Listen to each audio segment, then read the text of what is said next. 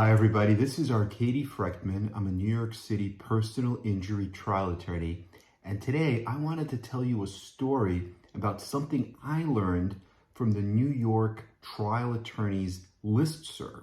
And this is an interesting way that defendants defend cases, and I think you'll find some of it a little bit shocking, and maybe you'll even be appalled or upset about what the defendants do.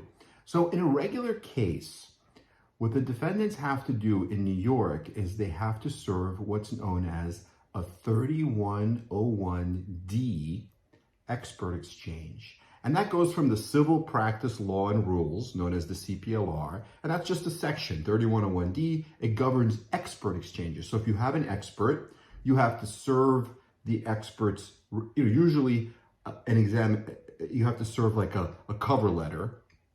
And it has to say certain things, like what the expert's going to talk about, what their contentions are going to be, what they are going to testify about. And then usually what the defendants do is when they serve this expert report, they'll include the actual report, right?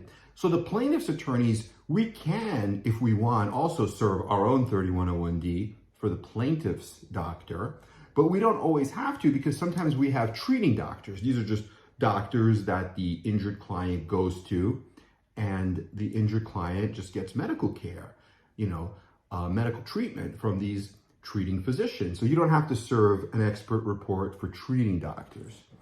But going back to this, so the interesting thing about it is that the defendants usually will send the client to one of their doctors known as an independent medical examining physician, IME. Really, they're not independent. They're there. The defendants hired guns, right? So it's really a DME, a defense medical exam. But they'll usually give you that report, and it'll be like 1 or 2 pages. It'll say, here's the physician's name, their CV, their resume, their curriculum vitae, their resume, what they're going to talk about at trial, the contentions, and, it's really short. And then they include the report, and the report will have all the information. So this one lawyer today on the listserv, he says, well, wait a minute, all of a sudden, I haven't seen this in like 10 years, but all of a sudden, I get this 3101D, but it doesn't have the report. Instead of the report, it just says it's a radiologist, right? So a radiologist is a doctor that looks at MRI films. So let's say the plaintiff was involved in a car crash, and, he's going to say, well, he or she's going to say, I have a herniated disc because of the car crash. And so the radiologist for the defense is going to say, yeah, you have the herniated disc, but it's degenerative. It's from living your life. It's the normal painless aging process. It is not from this crash. But instead of including the report from when this radiologist reviewed the actual films, all they have is this 3101D, the cover letter, saying that's what he's going to talk about. It's like one sentence. He's just going to say it's degenerative. It's not because of the crash, and I'm not including the 3101D. So they can do that, right? Under the law in New York, they don't have to give you the report. Usually they do, like 99% of the time they will give you a report, and you could ask for the report, but I guess they don't have to under the law. There's nothing in the law that says they have to give you the report. But so the interesting thing, one of the other lawyers in this group, he said, yeah, I had that happen to me many years ago. And what I did was when I cross-examined the radiologist, the defense expert, I found out that at the time that this defense expert was hired, he didn't even write a report. In fact, he never even looked at the MRI films at all. So these defense lawyers, right, that are hired by the insurance company know so well that these experts, that their go-to experts, are going to say that it's degenerative, it's not caused by the crash. These radiologists have not even looked at the MRI films. They don't even know they're going to get hired, right? But it's all such a game. They're already exchanging the 3101D without the report. Maybe they just didn't have time to have the expert review the report, maybe because they know that the case is going to be on the trial calendar for like 3 years sometimes, in the Bronx, or 1 year in Brooklyn. They think, well, I'll get to it later. I have a year, I have 3 years to get to it, right?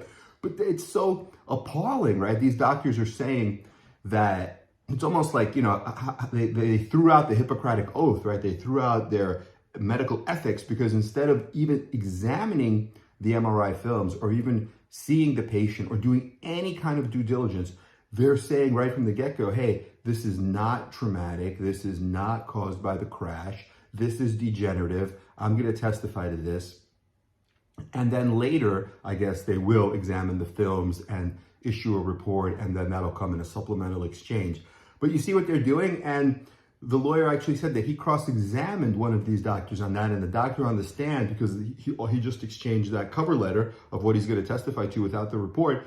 He said, look, when were you retained? And he was retained after the lawyer served the expert exchange saying that he's going to testify it's degenerative. So how could you know it's going to be degenerative if you weren't even hired? You never even knew that this lawyer existed. You never knew this lawyer was going to hire you. You never knew you were going to look at these films. You never knew you were going to even be involved in this case, right?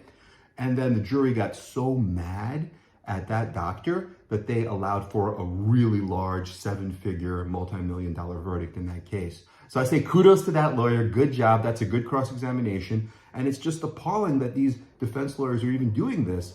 One lawyer, I believe, in his cross-examination even said it's almost like a jukebox, right? Because in the good old days, you had jukeboxes. And what would you do with a jukebox? Well, first you show up to the jukebox and you see what songs there are. You choose the song that you want the jukebox to play.